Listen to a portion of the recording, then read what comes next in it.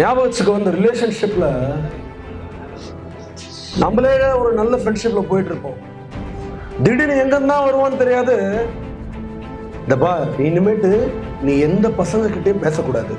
நீ சும்மா போயிட்டு சும்மா வரணும். நல்லா பழகிற ஃப்ரெண்ட்ஷிப்லாம் பிரிச்சு விட்டுட்டு பொண்ணுங்க என்ன பண்ண பாவம், அவங்க ஃப்ரெண்ட்ஸ் கிட்டே பேச.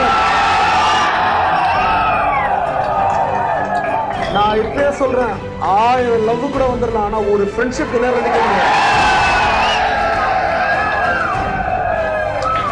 ரிலேஷன்ஷிப்ல அத்தனை பிரச்சனை இருந்தாலும் மனசு பாரமா இருந்தாலும் நம்ம போய் கொட்டி தீக்கிற ஒரே இடம் நம்ம ஃப்ரெண்டு தான். அநியாயம் என்னன்னா, இதோட இந்த பையன்கிட்ட பேசக்கூடாது, நீ அவகிட்ட பேசக்கூடாது, இவகிட்ட பேசக்கூடாது, இதுகிட்ட. நான் கேக்குறேன், என் ஃப்ரெண்டு கிட்ட நீ பேசக்கூடாதுன்னு சொல்றதுக்கு நீ யாரு?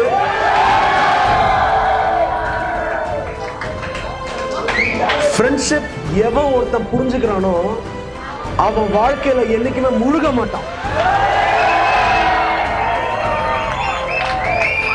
இப்போ எல்லாருக்கும் ஒரு டவுட் இருக்கும், சரி ஸ்கூல் ஃப்ரெண்ட்ஷிப் பெஸ்டா, காலேஜ் ஃப்ரெண்ட்ஷிப் பெஸ்டா, இல்ல வேலையில இருக்கிற ஃப்ரெண்ட்ஷிப் பெஸ்டா, இல்ல கல்யாணத்துக்கு ஃப்ரெண்ட்ஷிப் எந்த லெவல்லையும் பெஸ்ட் தான். அந்த பையனும் இல்ல அந்த பொண்ணும் அழகுக்காக வேணா உன்னை லவ் பண்ணிருக்கலாம், ஆனா உன் ஃப்ரெண்டு மட்டும் தான் உன் மனசுக்காக உன்னை லவ் பண்ணிருக்கலாம். ஃப்ரெண்ட்ஷிப்குள்ள இருக்கிறதுல பியூட்டிஃபுல்லான ஒரு விஷயம் என்ன தெரியுமா? நம்ம பட்டினியா இருந்தாலும் அவனை சாப்பிட வச்சு பார்க்கணும் தோணும். எல்லா லவ்வுமே பெஸ்டா ஃபர்ஸ்டா எனக்கு தெரியாது, ஆனா எல்லா ஃப்ரெண்ட்ஷிப்புமே பெஸ்ட் தான்.